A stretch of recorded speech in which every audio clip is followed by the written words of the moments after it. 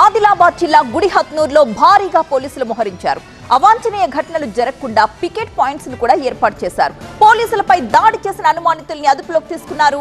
బాలికపై అత్యాచార యత్నం చేసిన యువకుడి ఇంటికి బాలిక బంధువులు నిప్పు పెట్టారు. ఆగ్రహంతో యువకుడి బంధువుల ఇళ్లపైన కూడా దాడి చేశారు.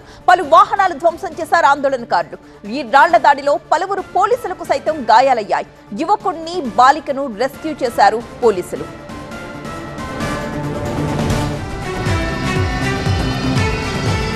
మా ప్రతినిధి నరేష్ సిద్ధంగా ఉన్నారు. నరేష్, అసలు ఏం జరిగింది? యువకుడిని బాలికని రెస్క్యూ చేశారు అని చెప్తున్నారు.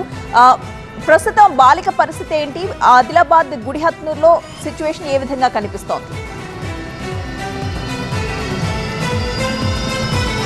ఆదిలాబాద్ జిల్లా గుడిహత్నూరు మండల కేంద్రంలో నిన్న ఉద్రిక్త పరిస్థితులు చోటు చేసుకున్నాయి. బాలిక మతిస్థిమితం లేని బాలికను ఇదే ఇంట్లో చెట్ల పోషెట్లి అనే యువకుడు బంధించి ఇక్కడే అత్యాచార యత్నం చేశారంటూ స్థానికులు ఆరోపించారు. పెద్ద ఎత్తున ఇక్కడికి చేరుకొని ఆ బాలికను మైనర్ బాలికను రెస్క్యూ చేసి బయటకు తీసుకొచ్చారు. ఆ యువకుడిని కూడా రెస్క్యూ చేసి పోలీసులు బయటకు తీసుకొస్తున్న సమయంలో ఒక్కసారిగా స్థానికులు ఆగ్రహం వ్యక్తం చేస్తూ ఆ యువకుడిని తమకు అప్పగించాలంటూ ఆందోళన వ్యక్తం చేశారు. ఆందోళన ఒక్కసారిగా ఉద్రిక్త పరిస్థితులకు దారితీసింది. పోలీసుల మీద కూడా రాళ్లదాడి జరిగింది. పోలీసులు భీమేష్ ఇచ్చోడకు సంబంధించిన సిఐ, ఇచ్చోడకు సంబంధించిన ఎస్ఐకి గాయాలయ్యాయి. మరో ముగ్గురు కానిస్టేబుల్ గాయాలయ్యాయి. ప్రస్తుతము రెస్క్యూ చేసిన బాలికను ఆదిలాబాద్ రిమ్స్ ఆసుపత్రికి తరలించి చికిత్స అందిస్తున్నారు. ప్రస్తుతము ఆ బాలిక పరిస్థితి కోలుకున్నట్టుగా నాకు తెలుస్తుంది. మరోవైపు యువకుడు కూడా నిన్న గంజాయి మత్తులో ఉన్నట్టుగానైతే సమాచారం అవుతుంది. ఆ మత్తులోనే ఆ యువతిని ఆ బాలికను కిడ్నాప్ చేసి రూమ్లో దాదాపు 3 గంటలు బంధించి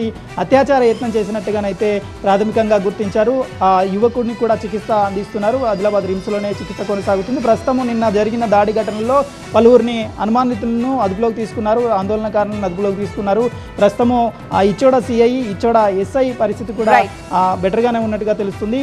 ఈ నివురుగప్పిన నిప్పుల పరిస్థితులు అయితే గుడిహత్నూరులో ఉన్నాయి. పోలీసులు భారీగా మోహరించారు. ఇప్పుడే బందోబస్తు కంటిన్యూ చేస్తున్న పరిస్థితులు అయితే ఉన్నాయి. Additional SP, Adilabad DSP, Utnoor DSP పహారాల్లో గుడిహత్నూరు కొనసాగుతుంది. Right, thank you Naresh.